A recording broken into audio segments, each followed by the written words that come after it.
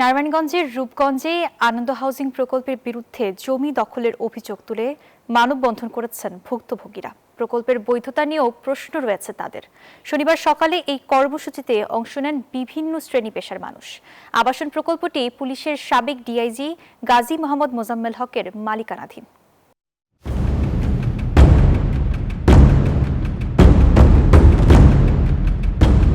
পুলিশের সাবেক অতিরিক্ত মহাপরিদর্শক ডিআইজি গাজী মোহাম্মদ মোজাম্মেল হক প্রতিষ্ঠা করেন এই আনন্দ হাউজিং। পুলিশের নাম ব্যবহার করে এই হাউজিংয়ের প্রথমে নাম রাখা হয় আনন্দ পুলিশ হাউজিং, কিন্তু পুলিশের সঙ্গে এই হাউজিংয়ের কোনো সম্পর্ক ছিল না। পুলিশের নাম ব্যবহার করা হয় শুধু জমি দখলের উদ্দেশ্যে।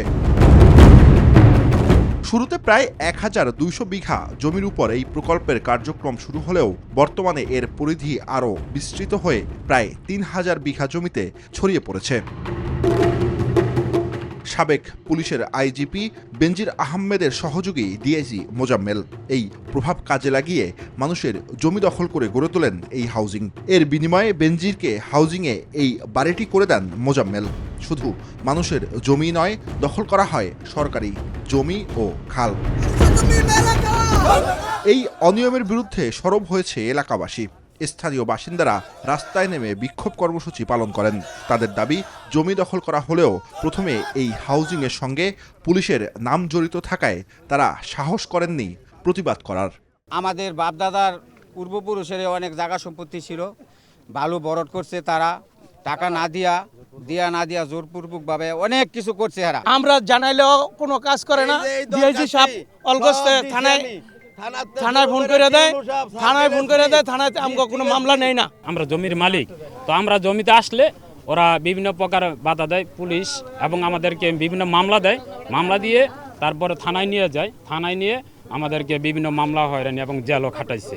এ অবস্থায় তারা ৩টি প্রধান দাবি উত্থাপন করেন। প্রকল্পের সব কার্যক্রম অবিলম্বে বন্ধ করা, জমির মালিকদের অধিকার নিশ্চিত করা এবং একটি স্বচ্ছ ও ন্যায্য সমাধান নিশ্চিত করা।